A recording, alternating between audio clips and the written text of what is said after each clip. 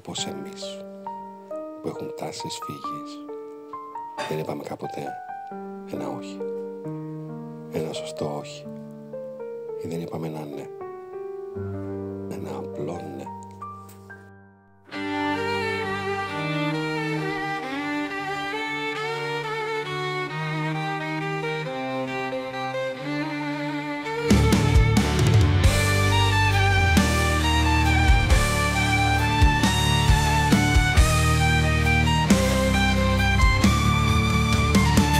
Κάποιοι άνθρωποι όπως εμείς που έχουν τάσεις φύγης, δεν είπαμε κάποτε ένα όχι, ένα απλό όχι, ή δεν είπαμε ένα ναι, ένα σωστό ναι, κι αφήσαμε τους άλλους να σκοτώσουν ένα όνειρο.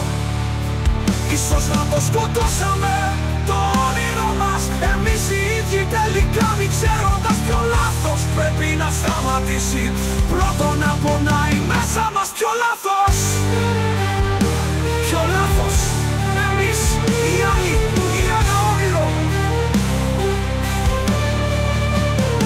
Είναι κάποιοι άνθρωποι όπως εμείς που έχουν τάσεις φύγης.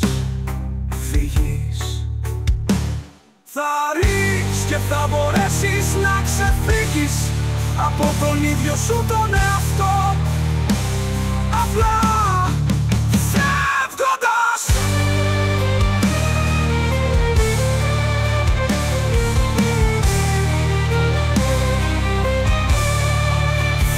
Φεύγοντας.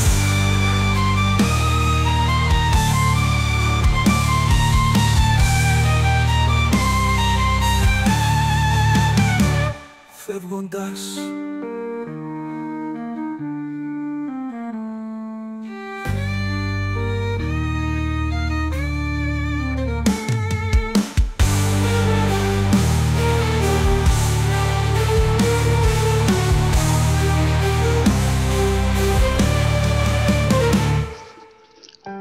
Το σκοτώσαμε το όνειρο, εμείς οι ίδιοι τελικά, δεν ξέροντας ποιο λάθος θα έπρεπε να σταματήσει να πονάει πρώτο μέσα μας.